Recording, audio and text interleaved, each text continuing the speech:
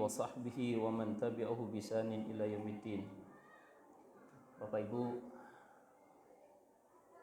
shaimin shaimat yang berbahagia, pada malam yang kedua ini alhamdulillah kita bisa berkumpul menjalankan ibadah salat tarawih dan malam ketiga bagi yang mengikuti Muhammadiyah, dan mudah-mudahan bisa jadi awalnya berbeda, nanti finishnya sama. Bapak Ibu yang dirahmati Allah Subhanahu wa taala, dalam waktu tidak singkat ini insyaallah kita akan bercerita tentang kutipan ayat yang sering dibaca oleh para ustadz, para khatib, para habaib, para tuan guru, yang setiap Ramadan pasti ayat ini dibaca. Ya ayyuhalladzina amanu kutiba alaikumusiyam kama kutiba alal ladzina min qablikum.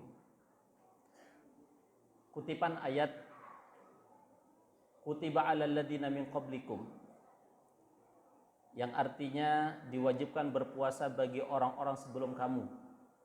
Maka pertanyaannya adalah siapa yang dimaksud dengan orang-orang yang diwajibkan berpuasa sebelum umat Islam datang? Maka para ulama menyebutkan yang dimaksud itu adalah al-umam as-sabiqah, yaitu umat-umat terdahulu.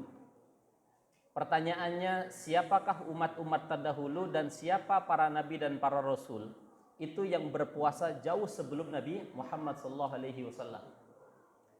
Para ulama kemudian menyebutkan syariatus siyami syariatul qadimah fi tarikhil bashari.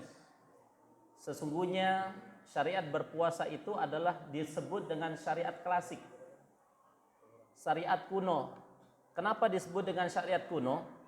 Karena dalam catatan sejarah manusia, ternyata syariat berpuasa itu sudah ada jauh sebelum Nabi kita Muhammad SAW. Maka siapa mereka? Disebutkan dalam banyak riwayat. Di antaranya adalah Al-Imam Ibnu Katsir.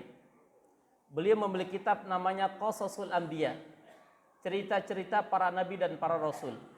Beliau mengutipkan satu hadis Nabi SAW yang secara marfu sampai kepada Nabi SAW, dan ini juga kemudian dikutip oleh para imam muhaddits seperti Imam Ibnu Majah.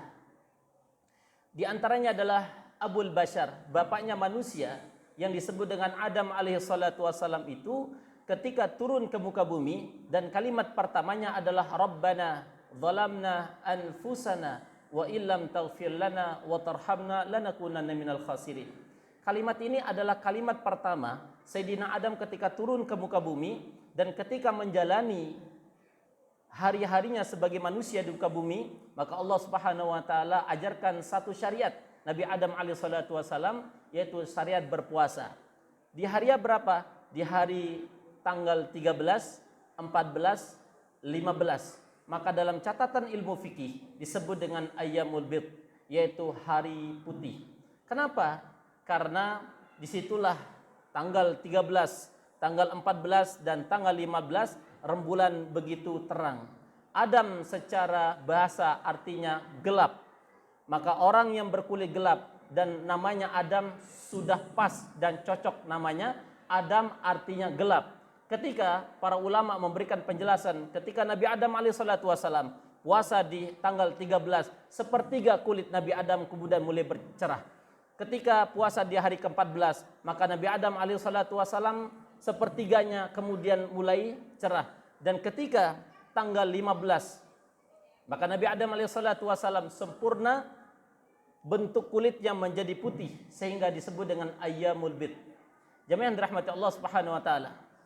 Kemudian dalam Al-Musnad, sebagaimana yang kemudian dikutip oleh Imam Ahmad bin Hanbal dalam kitabnya, dulu ternyata setelah Nabi Adam alaihissalatu wassalam ada nabi-nabi yang kemudian berpuasa.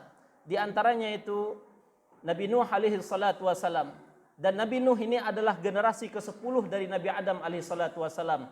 Kalau kita lihat silsilah para nabi dan para rasul, Adam alaihissalatu wassalam memiliki anak namanya Sis. Sis memiliki anak namanya Anusi, Anusi memiliki anak namanya Kinan, Kinan memiliki anak namanya Mikhail, Mikhail punya anak namanya Yarid, Yarid punya anak namanya Matusyalih, Matusyalih punya anak namanya Lamih, Lamih punya anak namanya Nuh alaihi salatu wassalam. Nuh ini adalah disinyalir sebagai rasul pertama di muka bumi. Kenapa?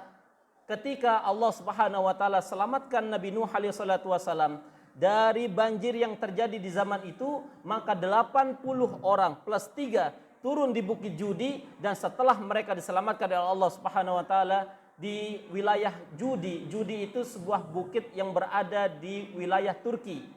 Maka ketika turun Nabi Nuh alaihi salatu wasallam dan 83 orang turun, maka Allah Subhanahu wa taala syariatkan berpuasa selama 3 hari sebagaimana Nabi Adam alaihi salatu wasallam.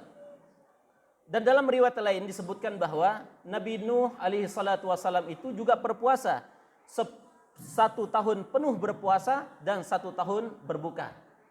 Jamaah yang dirahmati Allah Subhanahu wa taala. Setelah Nabi Nuh alaihi salatu wasallam, ada nabi yang disebut dengan Abul Anbiya wal Mursalin, bapaknya para nabi. Siapa dia? Yaitu Nabi Ibrahim alaihi salatu wasallam. Jarak antara Nabi Nuh alaihi salatu wasallam dan Nabi Ibrahim adalah 9 generasi. Di mana Nuh alaihi salatu wasallam memiliki anak namanya Sem. Sem memiliki anak namanya Matusyalih. Matusyalih punya anak namanya Saleh. Saleh punya anak namanya Ebir. Ebir punya anak namanya Felih. Felih punya anak namanya Ra'u. Ra'u punya anak namanya Haran. Haran punya anak namanya Azar. Azar dijisari dalam Quran, wa idz qala Ibrahimu li abihi Azar. Dan ketika berkata Ibrahim kepada bapaknya, yang disebut dalam Al-Quran Azar, dialah bapaknya Ibrahim alaihissalatu wassalam.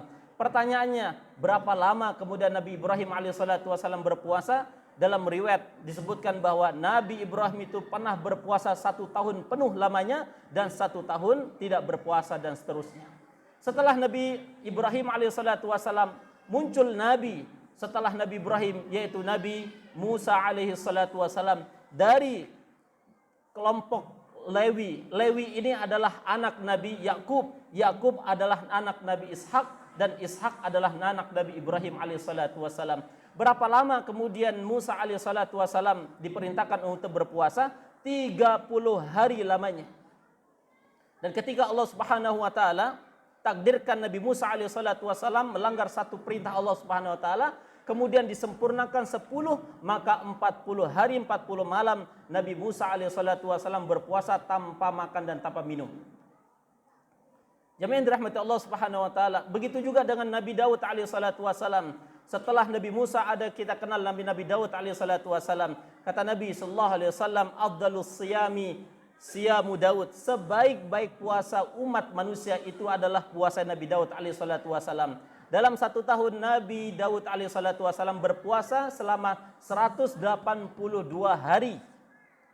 Sehari berpuasa, sehari tidak. Sehari berpuasa, sehari tidak. Sehari berpuasa, sehari tidak. Sampai 182 hari. Maka kata Nabi sallallahu alaihi wasallam, sebaik-baik puasa manusia itu adalah puasanya Nabi Daud alaihi salatu wasallam. Setelah Nabi Daud alaihi salatu wasallam ada seorang nabi dan sekaligus bapaknya yang disebut dengan Zakaria. Begitu juga dengan Yahya, begitu juga dengan Maryam. Mereka kemudian berpuasa, dan berpuasanya mereka tidak berbicara kepada manusia. Nanti muncul nabi akhir zaman sebelum Nabi Muhammad SAW, yaitu Nabi Isa alaihissalatu wassalam, diperintahkan Allah Subhanahu wa taala untuk berpuasa persis seperti puasanya Nabi Musa alaihissalatu wassalam.